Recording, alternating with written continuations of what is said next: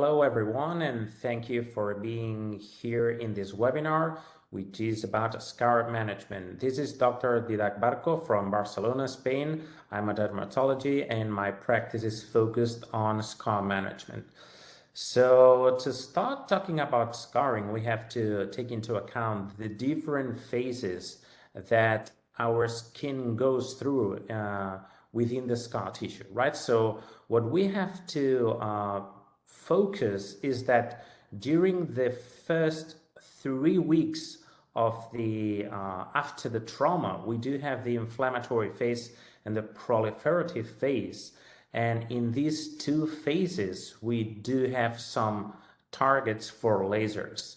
So because we do have blood vessels and fibroblasts that they are working hard during this time, we can use vascular lasers and lasers that target water to hit fibroblasts to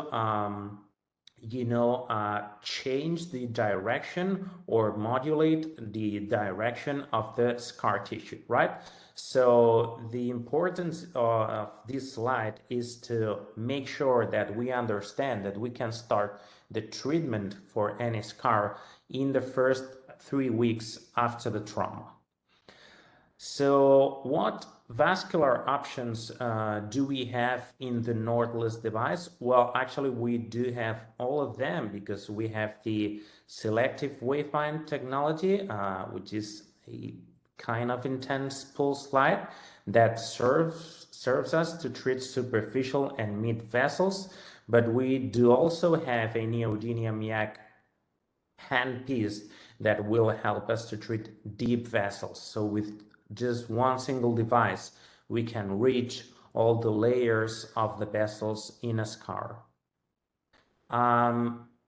With the Nordless and with the core devices, we also have, lasers that target water and that are thought to favor collagen remodeling, which is the FRAX in the Nordless. It's 1550 nanometers. This is a nanoablative fractional laser. And in the core, we do have the CO2 laser, which is an ablative fractional laser, right? So with just two devices, we can target both chromophores, both of the most important chromophores in scars, which are hemoglobin and water. So first, we're going to speak about hypertrophic and keloid scarring. And although we have many articles and publications in PubMed, this article that I'm showing you here is thought to be one of the most important to be used as a guideline for the treatment of hypertrophic and keloid scarring. So these and other articles will be of use to respond some questions regarding when and how to treat hypertrophic and keloid scarring. So the first question is when to start the treatment for scar with energy-based devices.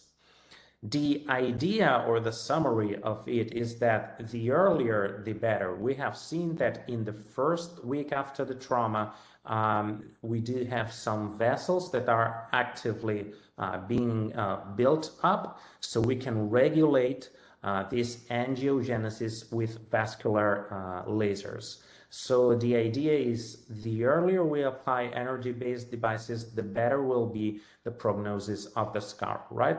So vascular devices are useful whenever there is erythema in the scars, and it is thought to be between the first 3 months after the trauma in this scar. So the second question that we should answer is which device to use when we want to treat hypertrophic or keloid scar, or even better, how can we avoid their appearance? How can we do some prevention against this type of scarring? So the answer is that timing and the semiology of the scars rule when we have to choose what energy-based device to use. So if the scar is recent, and we can apply the treatment soon. We are in the proliferative stage of the scar, so we do have erythema, and we can use vascular devices. And if we do not have them, we can also use the non-ablative fractional laser. Actually, they are not incompatible, and we can use both in the same session, a vascular device and a non-ablative fractional laser. So a good idea would be to start using as soon as possible the Nordless device. If on the other hand we do have a late scar which is in a non-proliferative phase, and we don't have any erythema, there's no much sense to use vascular devices, and we should move on to fractional devices. It is thought to be more useful to use ablative rather than non-ablative fractional lasers, especially if the scar is quite thick, right? So this is a summary of the treatment of keloids and hypertrophic scars. If we are in the proliferative phase, we can use vascular lasers or an IPL, such as the Nordless one. And some articles also show efficiency of a CO2 fractional laser and the application of topical medicines, just like, PRP or steroids, right? It's not that sure, so it's quite important that we do have many publications that show the efficiency of vascular lasers and IPL, and not that much regarding CO2 and laser-assisted drug delivery, right? So when we're in the proliferative phase, it's better to use vascular devices. And if we do have a steady keloid, we then should switch to fractional CO2 laser. And in this case, I would separate the keloids into two groups. One is the auricular ones, the ones that appear in our ears, or the ones that appear in a different area than the ears, because the treatment is quite different between these two groups, okay? We see here I would say a standard treatment that we apply in our clinic, in keloids and hypertrophic scarring. So we first do a pass of the Nordless IPL. I'm targeting here melanin because it has some hyperpigmentation in some areas, and I'm targeting hemoglobin, as you may see here that the vessels are disappearing, right? So I am regulating the inflammation and the pigmentation of this scar. Then I proceed with contact cryotherapy. This is liquid nitrogen, but not in spray. It's contact cryotherapy because it's more safe for the epidermis, right? Contact cryotherapy is safer for epidermis. And after this, after the IPL or the vascular laser and the cryotherapy, then we proceed with intralesional medicines, injections. In this case, because they were quite recent scars, I am using 5-FU. Okay, we can also use triamcinolone acetonide, or we can actually do a mixture of a concoction of both things. But in this case, I was just using solely 5-FU. After this procedure, if we see some scars that are already flatter and that they are not proliferative anymore, we can use a fractional laser. In this case, I'm using the non-ablative fractional laser to improve the final texture and pigmentation of these scars. Okay, so this is quite a standard treatment that we do in our clinic to manage keloids and hypertrophic scarring. So for non-auricular static keloids and the CO2 laser, what should be the settings of the CO2 laser? The idea is using the held settings, and these apply to high energy plus low density. So we have to use high fluence with short pulse duration, low density and a thin beam, right? And these translated to the core is using the deep mode at 5% density and 70 millijoules, right? If you would like to have more density, you can overlap, the zaps and upgrade these to 10% manually, okay? We can actually apply after the CO2 laser some medicines just like the 5-FU or the triamcinolone acetonide as mentioned before. So we can do laser assisted drug delivery, but that should be the settings of the core system if you want to treat keloids and hypertrophic scarring, because publications state that full field or high density settings with the CO2 laser is too much energy, too much heating of the skin, so it may worsen the scar tissue, right? So be prudent with the CO2 laser when treating hypertrophic scarring, and use low density and high fluence. We see here an example of a burn scar at its final stage. It's not proliferative anymore. So what I'm using here is the deep mode at 5% density. You see here that I'm overlapping the zaps, so probably I'm practically doing in some areas 10% density or so.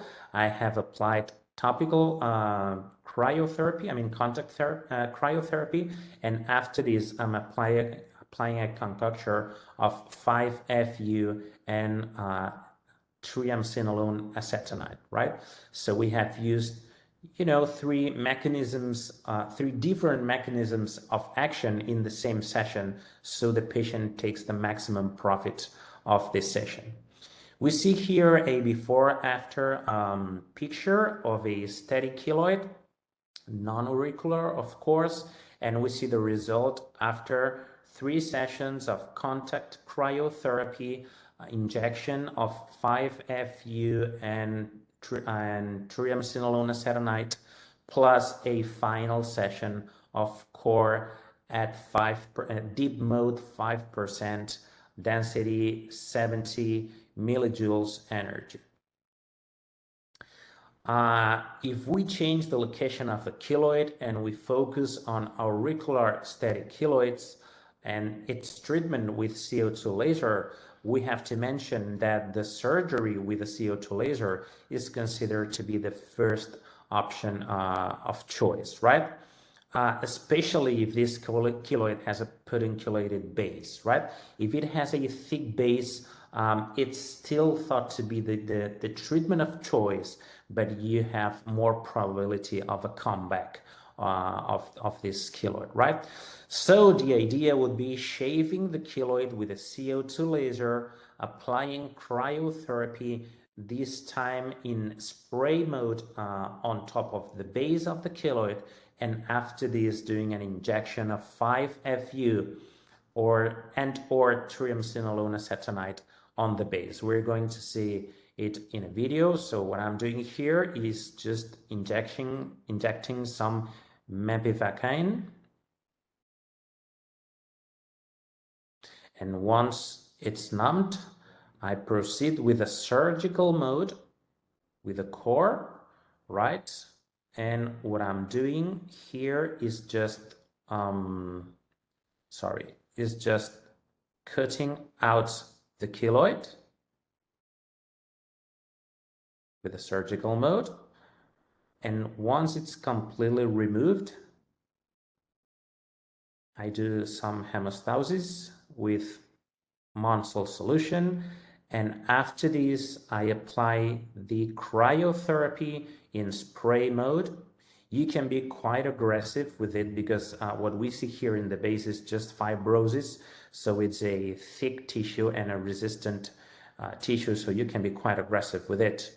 And after this we're going to move forward and inject a mixture of 5-FU and TAC, as you we'll see in the images, right? This is thought to be the treatment of choice currently for auricular keloids. After this, we do a follow-up in 6 weeks, every 6 weeks. So we see if we have a complete removal of the scar, or we may have some comeback of the scar, right? If that would be the case, we can apply vascular lasers and or cryotherapy and or an injection of 5-FU and THC, right? But this is the normal course after the treatment I have shown you. Most of the times they do not recur. All right, so we're going to step forward. We've talked about hypertrophic and keloid scarring. We're now going to switch to atrophic scarring, and the most evident example of it is acne scarring. And in the same way that I have shown you an international consensus about keloids, I'm going to show you an international consensus about the treatment of acne scarring. And the idea is quite similar to the one we have spoken before. So the idea is when you have active acne or when you have inflammatory scarring, it is a recommendation to use vascular devices, whether it's a pulse dye laser, an IPL, or even a neodymium yak.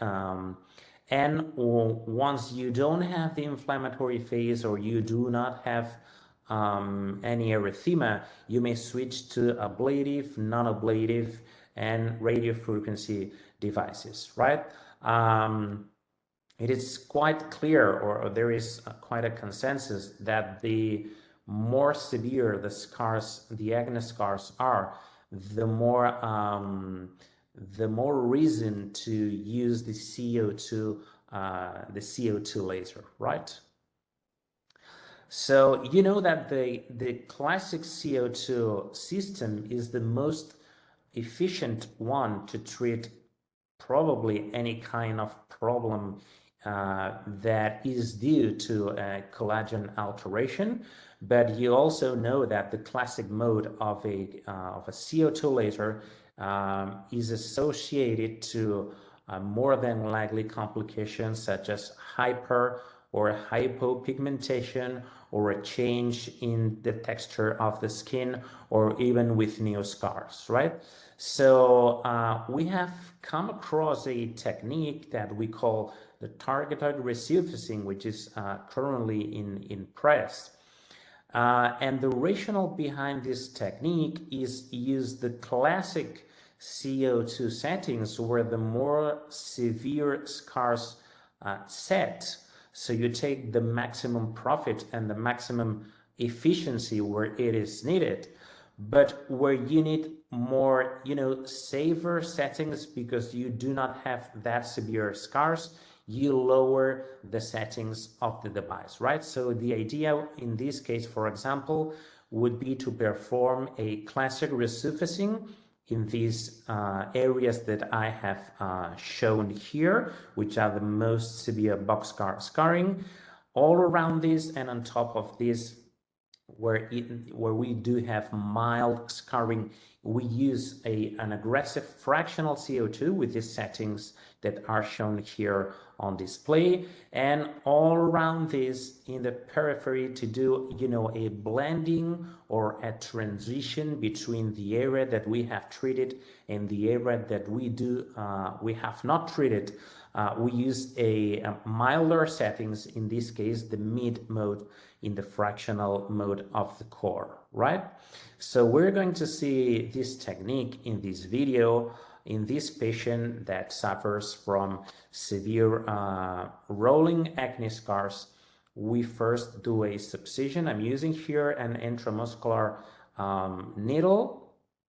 I'm now applying some tumescent anesthesia with a blunt cannula, so I can cover the whole wide area in just one single point of injection. So the patient suffers less from pain. And now I'm here performing a deep subcision with a blunt cannula, using exactly the same point of entrance as I first did. So with just one, point, it can be used for two things, for tumescent anesthesia and for subcision, right? This is a quite deep subcision. That's especially for rolling scars to break the fibrosis tracts. And now what I'm doing is a classic CO2 laser. I'm using the classic mode of the core at 4 millimeters, 4 millijoules energy, and I'm zapping at every ice peak and boxcar scarring. After I have done the first classic pass, I move forward to a fractional mode, and I'm using the fusion mode, 9 millimeters, ring 111 millijoules and 75 core millijoules.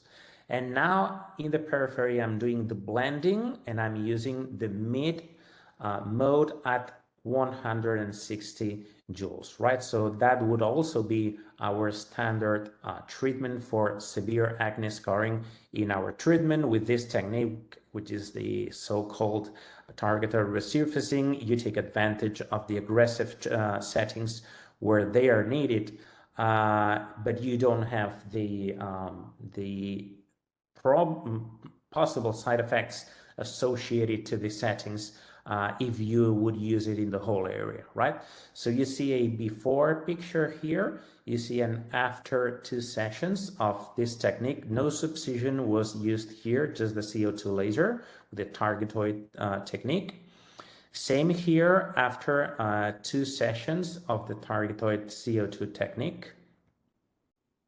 Same here after 2 sessions. And just to do a final conclusion after talked about hypertrophic and keloid scarring and acne scarring, we can say that recent scars respond to vascular devices as WT or IPL and non-ablative fractional laser. So we do have all this technology in the Nordless device. For aesthetic keloids, they respond to ablative fractional laser, or they may require excision if they are in the ear. You have these options with the core system, and we also have to take into account that energy-based devices can be combined with themselves and with other techniques. I mean, we can combine in the same scar session and patient different wavelengths to take most of the profit of them, and also other techniques, just as a subcision, as you have seen in the previous video. So as for acne scarring, the most effective single treatment today, to date, is the CO2 laser, the classic CO2 laser. If you are concerned about the possible side effects that you may experience with the classic CO2 laser, you can use the targetoid resurfacing, and you just apply the classic settings on the most severe. So with this, I conclude my presentation about scar management. We have focused on the Nordless and the core, and now Dr. Martin will talk about the Pico laser and the PDL laser in the world of scar management. So with this, thank you very much for your attention. You have my email in the previous slide, so please feel free to contact me if you have any further inquiries or if I can help you somehow. So thank you very much for you being here, and also to Candela for inviting me to do this speech. Thank you. Hello everybody, my name is Andrei Martin. I'm a plastic surgeon, a medical director and owner of Clinica Medispa from Cluj-Napoca, Romania. Thank you, Dr. Barco, for your great presentation. My presentation will be about laser scar management, focusing on V-beam dye laser, core and Pico system from Candela. Since 2020, we have an international consensus recommendation regarding laser treatment of traumatic scars and contractions. So there was a panel from 26 dermatologists and plastic surgeons from 13 countries, which concluded that lasers are first-line therapy in the management of traumatic scars and contractures, and patients without access to these treatments may not be receiving the best available care after injury. What are the laser therapy goals in scar management? First of all, we can modulate the scar, taking advantage of the chromophores from hemoglobin or oxyhemoglobin with the vascular lasers, from water, using fractional CO2 lasers or erbiumic lasers, and from the pigmentation using the Q switch and the pico. But also, we can assist the delivery of drugs into the scar tissue using this laser-assisted drug delivery, drilling the channels into the scar tissue, just to be able to introduce and to increase the penetration of drugs or cells into the scar. We can deal with the different types of scars: acne scars, post-burn scars, traumatic scars, or post-surgical scars, with the different features, dimensions, like surface, thickness, and volume, different colors, erythema or pigmentation, hypo or hyperpigmentation, different textures, surface textures, so scar roughness, can be painful or itchy scars, or there are some mechanical dysfunctions regarding the pliability, elasticity, and retraction. We have different laser resources for controlling different features. For the surface thickness and volume, we have ablative fractional lasers, non-ablative fractional lasers, dye laser. Dye lasers or pico or excimer lasers are very good for color control. We have ablative fractional lasers or not ablative fractional lasers for texture. We can reduce sensation or itching of the scars with a dye laser or with the ablative fractional laser or not ablative fractional laser. And we also can improve the biomechanical dysfunctions using the ablative and non-ablative fractional lasers.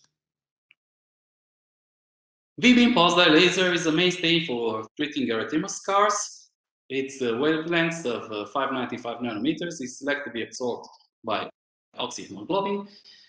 It coagulates the microvascular of the scar, thereby reducing the erythema. The laser induced hypoxia with the destruction of capillaries causing release of collagenase. And we also can reduce the scar, the hypertrophic scars, by suppressing fibroblast proliferation. So this is the way how we are using the V-beam lasers. We are using with low fluency, with the short pulse dilation, in a non-purpuric settings for red flat scars, and in purpuric settings for red hypertrophic and keloid scars. So the fluencies should be somewhere around 6 to 9. The pulse duration between 0.45, 1.5 milliseconds, and the treatment interval between 4 to 6 weeks. The core fractional is the workhorse for scar treatment. It was presented by Dr. Barco, a great presentation. So we are using mostly the deep mode, and this is the icing on the cake. The laser-assisted delivery, which is suited for hypertrophic scars. So we are drilling channels in the scar to be able to introduce and to increase the penetration drug device or cell into the scar. So this is the way how we are doing it. we are using high energy and low density, at least 50% of the scar thickness. On a density no more than 100 channels per square meter. This means 5% coverage for the core system. We then apply the medication on the drilled scar. The highest uptake is in the first 30 minutes, so you should apply it immediately. You can enhance the laser assisted delivery by using pressure, vacuum pressure devices or 100 Hertz sonophoresis. Ablative fractional lasers seems to be superior to non-ablative fractional lasers because they disrupt the corneum stratus and the epidermis.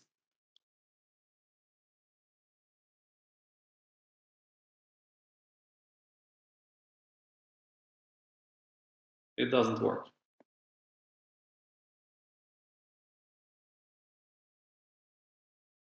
The picoway system, the picosecond technology is not a new technology. It comes somewhere from 2012. It was launched for tattoo removal and then expanded to other applications. It's a high-end technology. Just imagine that one nanosecond means 1 billionth second. So this picoway system of picosecond devices deliver high peak power with ultra short pulse duration to a photoacoustic effect more than a photothermal one, instead of a photothermal actually, with less heat and more. So it means fewer side effects and more tolerable treatments with less recovery time. So the indications for the picoway system are tattoo removal, pigmented lesions, and of course skin texture and rejuvenation. There are a lot of studies and articles in the last years regarding picoway and pico lasers treating scars and acne scars especially. The picoway system from Candela has 4 unique features. First, it has 4 wavelengths, 1064 nanometer Nd:YAG, double frequency Nd:YAG, 532 nanometers, 7085 nanometers, and 7013 nanometers titanium laser pump, titanium sapphire laser pump laser. It has a true pulse duration 250 picoseconds to 450 50 picoseconds. And the third feature, and very important one, the incident beam can be delivered unfractionated, like a zoom, and fractionated, like pixelated or resolve, and with the resolve handpiece. And of course, it has adjustable spot size and fluences. So as I said, the zoom handpiece delivered a full beam, so the laser energy is delivered extremely rapidly, causing larger and smaller pigment particles to shatter due to the mechanical stress. Its applications, as I said, are for tattoo, pigmentations, and picotoning. And the resolve handpiece, which is for special interest, deliver a split beam in a pixelated pattern with 100 identical microbeams uniformly spaced to ensure maximum treatment uniformity. It creates light or laser-induced optical breakdown and laser-induced cavitation, which impacts to stimulate new collagen generation and skin remodeling. So it results in subsurface tissue remodeling with a lower risk of infection and low downtime. So the picoway system has a unique feature regarding this incident beam. This holographic fractional technology, that means that each spot receives the same amount of energy. Here you can see that if we shut on paper, the laser test paper, you can see that for the pick-away device, there's the same amount of energy and the uniform distribution. The micro-lens array fractional technology loses the energy between the micro-lenses. Almost 30% of the energy is lost. So each spot receives a different amount of energy, and it is not it is not so efficient. The delivery is not so efficient. So the pixelated tip pattern from the pick-away resolve, we have 332 nanometers and 1064 nanometers. There are 100 identical microbeams uniformly spaced to ensure maximum treatment uniformity. This is the laser-induced optical breakdown and laser-induced cavitation. This is how it looks at the hematoxylin coloration. I found it interesting to present you this article because it's a little bit counterintuitive. This article concluded that the superficial intraepidermal light-induced optical breakdown were seen in skin treated with higher laser energies, and deep intradermal light-induced cavitation were seen in skin treated at low energies. Lesions were spaced in 600 microns intervals or at multiple, and lesion sizes at depth were consistent with the premier reported values on Caucasian skin. Acne scars, we are using pick-away acne scars. One of the first article on this subject, treatment of acne scarring with a novel dual wavelength picosecond domain laser incorporating a novel holographic beam splitter, was published in 2017 by Schumacher and Basivecchio. So the results were quite good. So 81% of the subjects showed improvement with a high patient satisfaction rate, with mild and transient erythema and edema associated with treatment, which was resolving within several hours. There were no hyper or hyperpigmentations or scarring. Some clinical cases. So this is post-acne scars treated with the pick-away system 1 month after 4 sessions, 2.1, 2.7 joules per centimeter square. This is from my colleague's PhD degree, Larissa Nistor, who's working on this subject. So she's using this Antera 3D camera to assess the results. So this is a powerful and versatile analysis and consultation tool. It provides a full set of features, including wrinkles, textures, pigmentation, redness. You can visualize and measure the results. It provides enhanced volumetric measurements suitable for atrophic and hypertrophic scars, dermal filler injections, and you have also an additional tool for analysis. So this is the report. Very good improvement in depressions less than 1 millimeter, and also in depressions less than 2 millimeters. But there are quite significant improvement in pores. Just after 4 treatments of pick-away system 1064. Another patient, post-acne scars after 4 sessions of pick-away resolve 1064, 2.1, 2.7 joules per centimeter square at 1 month, before and after, before and after. This is the Antera 3D report. Quite significant improvement in depressions smaller than 1 millimeters, also in depressions smaller than 2 millimeters, and also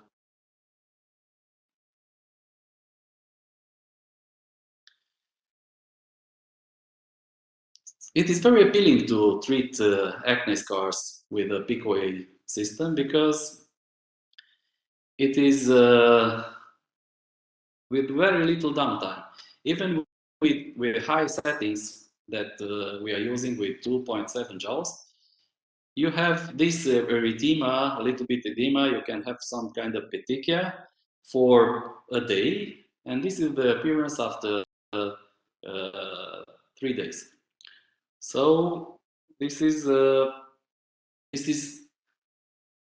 quite impressive regarding the releasing of the immediate effects.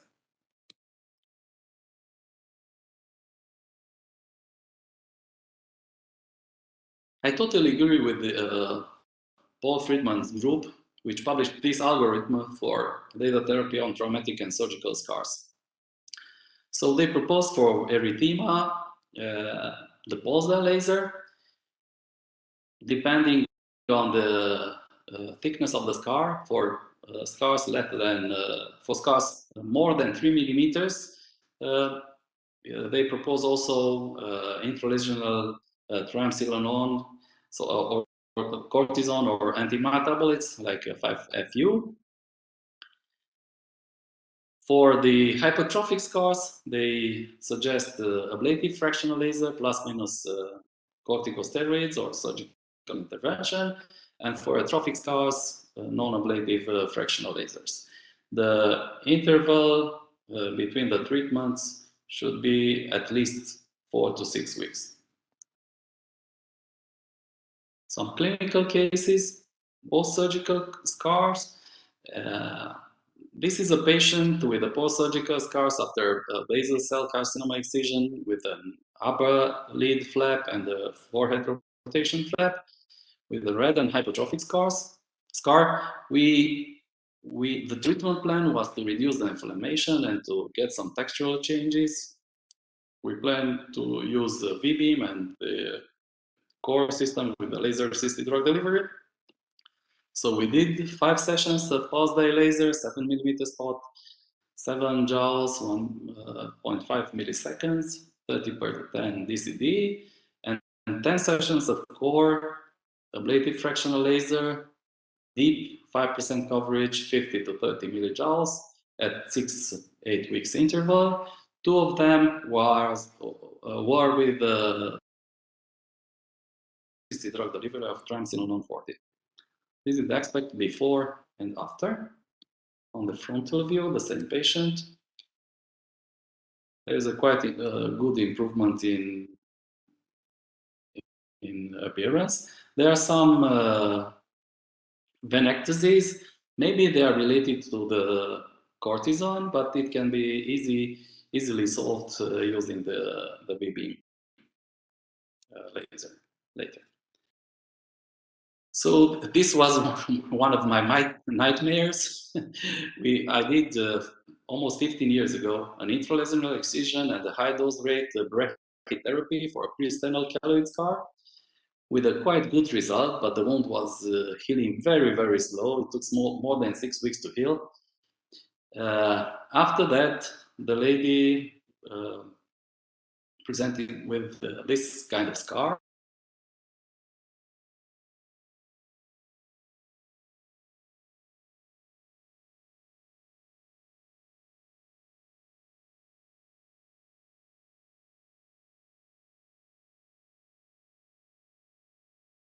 And get some Andrei.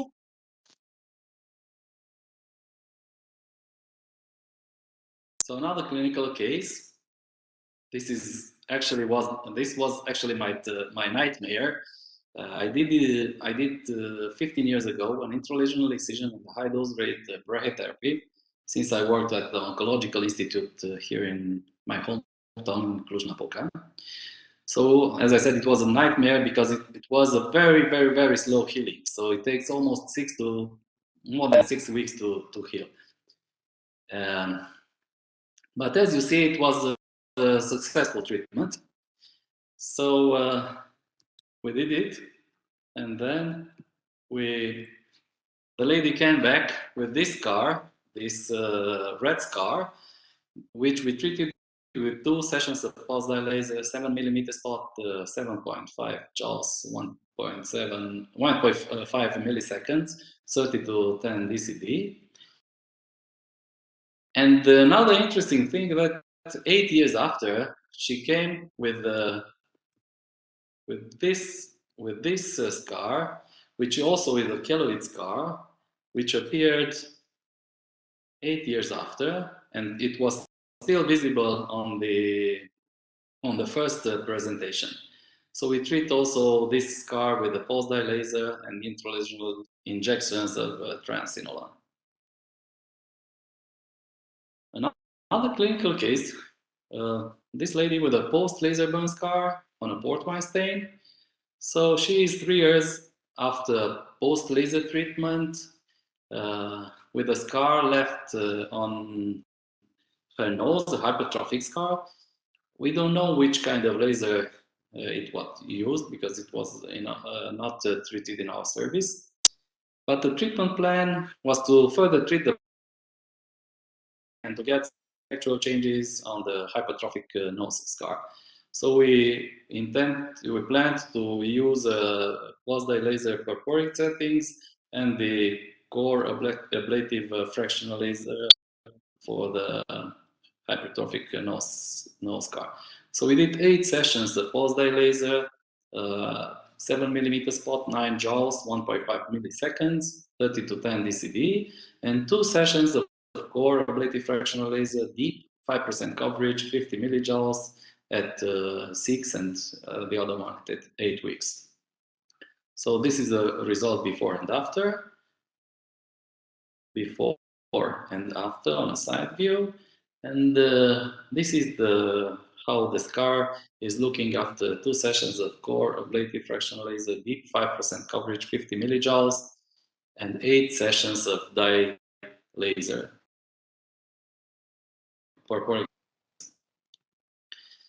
Another case, burn scar, 10 years post 10 years post injury with a atrophic, actually a complex scar, hypertrophic, atrophic, hyperpigmented. The treatment plan was to reduce the pigment and to get some textural changes. And we plan to use the core system, the core ablative fractional laser. For me today, this is a pick-away case, but then we didn't have this one. So we did with the core system, we did 3 sessions, 30 millijoules, deep, 5% coverage at 8 weeks. This is the result before and after. Hot iron contact burn with a post-inflammatory patient. The treatment plan was to reduce the pigment and to get some textural changes. This is a typical pick-away case for me. So we did 1 session of pick-away zoom with a 1064 zoom handpiece, 6 millimeters with a 1.4 joules per centimeter skewer. And this is the result after 1 month. In case you didn't notice where the scar was, it was here. Another burn scar, actually it was a childhood burn with a post-inflammatory hyperpigmentation. The treatment plan was to reduce the pigment and to get some textural changes. So we used the pick-away for texture and pigmentation. But what I have to mention that before, since we don't have the pick-away system, we did a fractional core, but with no result. So we did the pick-away with the zoom handpiece, 6 millimeter spot, 1.4 joules per square meter, square centimeter. This is the aspect 2 days after the treatment. It's a little bit red, but after 1 month, here is the result. before and after. One session of peak waves on. Another one scar, 8 years for a thermal burn with a complex scar, atrophic, hypertrophic, hyperpigmented. So the treatment plan is to reduce the pigment and to get some textural changes. So we used we intended to use the CO2 ablative fractional lasers and also the peak wave system for atrophic and hypertrophic scars. But the patient options was for surgical excision. So he went to another service and performed this surgical excision and went back with this scar, which 3 months after, with this hypertrophic erythema scar. So we changed our plan to reduce the inflammation with a beaming dye laser and to get some textural changes and to flattening the scar with ablative fractional CO2 laser with a laser-assisted drug delivery triamcinolone 40. So we did 2 sessions of V-beam, 10 millimeter spot, 7 joules, 1.5 milliseconds, and 1 core with a triamcinolone laser-assisted drug. Deep 5% coverage, and this is the aspect at 6 weeks after the last treatment. So we go further with the treatments, and this is before and after the full journey, 2 sessions of V-beam and 3 sessions of core, from which one was with the laser-assisted drug delivery of triamcinolone 30. The sessions performed at 6 and 8 weeks. Another burn scar, 6 months after post-chemical and the thermal burn, with erythematous and hypertrophic scar on the dorsum of the hand and in the ankle, and also an erythema scar on the face, on the left, on the right cheek. So the treatment plan was to reduce the pigment to get some textural changes. We plan to use the V-beam dye laser for the erythematous part, the CO2 ablative fractional laser plus laser-assisted drug delivery, triamcinolone 40, and also the pico-wave system for the pigmentation. So this is before and after 1 session of V-beam, 7 millimeter spot, 8 joules, 1.5 millisecond, 30/20 DCD. And this is the hyperpigmented hypertrophic scar after 1 session of core, 60 millijoules, deep, 5% coverage, with the triamcinolone 40 as laser-assisted drug delivery. So here's what we did. So we did the drilling of the scar with a core system on the scar, applied the triamcinolone 40, and on the hyperpigmented region, we drilled with low energy, 30 millijoules, and put Lumigan as a laser-assisted drug delivery the intention was to repigment the area. This is a result before and after. So then we moved to the pico-wave. We did 3 sessions of pico-wave just to uniformize the pigment. We did 3 sessions of pico-wave resolve, 1064, 1.9 millijoules, 3 passes, and 1 pass with 532, 0.4 millijoules. This is the result before and after. So this is the entire journey before, intermediate. On the ankle, we did the same regime, but it wasn't so successful.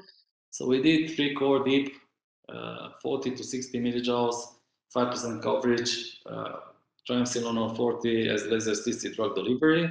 but there's still a hyperpigmented scar. And we moved to pick away, resolve. We did 3 sessions, 1064 nanometers, 1.9 millijoules, 3 passes, and 1 pass of 532, 0.5 millijoules. So another case, a childhood burn. He presented to us at 4 months after injury with a complex scar, but the most bothering thing was the intense pruritus. So the treatment used the inflammation, also to prevent contracture, and to get some textural changes and to try to reduce the pigment. We intend to use the V-beam pulse dye laser, the CO2 fractional plasmid laser assisted drug delivery, surgery for the retraction, and the pick away for pigmentation. So we started with a dye laser, and we did 3 sessions of V-beam, 7 millimeter spot, 7 to 8 joules fluency, and 1.5 milliseconds, 30 to 20 DCD at 6 months interval between the sessions. So here the result before and after. It's quite good that the pruritus and the aspect of the scar is markedly improved. Another burn scar, a childhood burn scar, a complex scar with a high alopecia, with a post-inflammatory hyperpigmentation. The treatment plan was to restore the hair and the eyebrow. We did FUE follicular unit transplantation to get some textural changes of the scar and to reduce the pigment. So we used the CO2 fractional and the pick away for pigmentation. Here's the patient after the FUE, FUT transplantation, also in the eyebrows, and we did also the CO2 fractional laser surfacing. This kind of hyperpigmentations are quite common in burn scars. So we use the zoom handpiece 1064 to clear it, 6 millimeter, 1.4 joules per centimeter square at 1 month interval. This is the result before and after. Before and after 1 session of pick away, 1064 zoom, 6 millimeter spot, 1.5 joules per centimeter square at 1 month. So this is a patient before and after eyebrow restoration, hair restoration, and scar treatment. Another burn scar, 15 years for thermal burn scar, a complex scar with mixed hyper and atrophic, hypopigmented scar, erythematous with a lip retraction and limited mouth opening. The treatment plan was to reduce the erythema, to reduce the pigment, and to get the textural changes. We used the V-beam dye laser for erythema, the CO2 ablative fractional laser for atrophic scars, the CO2 drug delivery with rampsilolone for hypertrophic scars. This is the result before and after 8 sessions of dye laser, 7 millimeter spot, 6 to 8 joules, 1.5 milliseconds, 30 to 20 DCD, and 10 sessions of core ablative fractional lasers, from which 2 were with the laser-assisted drug delivery deep, 5% coverage, 50 to 80 millijoules at the 6 to 8 weeks interval. As a tip, when we are doing the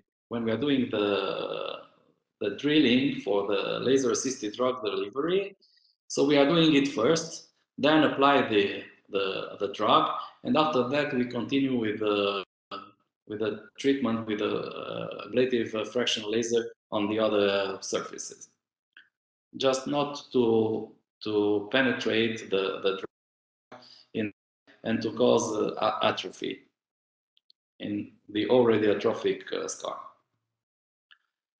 So before and after, on the other side, this is the frontal view, before and after 8 sessions of dye laser and 10 sessions of core, and which was very, very rewarding that we get this kind of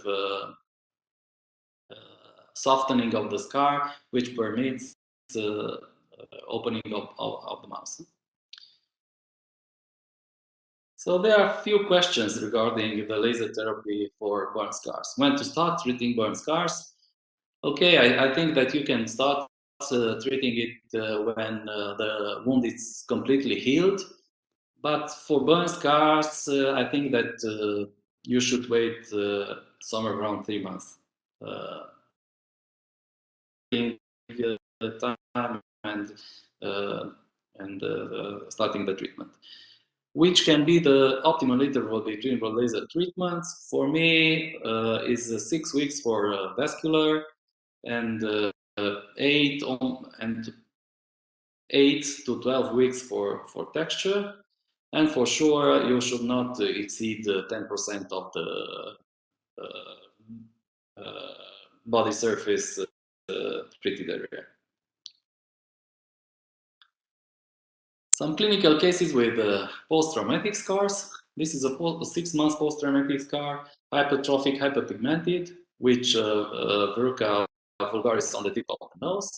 So we treat the verruca with a pulse dye laser, and we intended to treat to reduce the pigment and to get some textural changes on the hypertrophic scar with CO2 and CO2 ablative fractional laser. So we did 2 sessions of pulse dye laser. In the same session, we did also CO2 fractional, and then we applied the Stratamed on top of it. This is the result before and after 3 sessions. Laceration injuries. This is a young girl with a laceration injury. We sutured the wound, and we intend to do the scar modulation to get some textural changes and to reduce the pigment. We used the V-beam family to reduce the erythema. Here's the before and after 6 sessions of V-beam treatment, 7 mm spot, 8 joules, 1.5 millisecond, 30 to 20 DCD at the 6 treatment at 6. And after, maybe after that, we will move to the CO2 fractional, and we'll see if we will get if you move to the peak away system after that. Another patient with a dog bite injury, the treatment plan, the wound suture, and get some scar modulation with textural change and to reduce the pigment. We used the V-beam and the CO2 fractional, and after that peak away for pigmentation. So this is, we started the V-beam treatment immediately after suture removal. We used the 7 mm spot, 6 joules, 1.5 milliseconds, 30 to 10 DCD. We did 10 sessions of V-beam with these settings. This is the result. We moved to core. We did 4 sessions of core deep, 5% coverage, 50 millijoules. This is the result before and after. And after that, for zero test, let's say hyperpigmented atrophic scars, we moved to peak away, 1064 nanometers, 1.5 millijoules, 3 passes, 3 hertz. And this is the entire journey before V-beam, core, and peak away. So this is the result after 10 sessions of V-beam, 7 mm spot, 6 joules, 1.5 milliseconds, and 4 sessions of core, deep, 5% coverage, 50 millijoules, and 9 sessions of peak away, 1064, 1.7 millijoules, 3 passes, 3 hertz. So my conclusions regarding scar management are that laser represents a major innovation that heals in a way not previously possible. So lasers are effective and have a low adverse event profile. Pulse dye laser improves the vascularity of hypertrophic scars and reduce pruritus, redness, and sometimes the neuropathic pain. The fractional CO2 laser is surfacing, decreases the thickness, and improves the pliability of hypertrophic scars, allowing for improved range of motions across joints. Picosecond laser is effective in modulation of pigmentation, vascularization, and thickness of the scar, associated with improved texture and collagen remodeling in both atrophic and hypertrophic scar. So the most important thing is that lasers can repair the skin to almost normal. So with careful and appropriate treatment algorithms, patients with debilitating scarring may recover significant function, quality of life. So why we choose Candela devices at Clinica Medispa? Because our mission is to implement suitable personalized solutions for each patient while delivering excellent results under maximum of efficiency, control, and safety. So actually, I'm a freak control guy. So I want to have clear laser safety guidelines.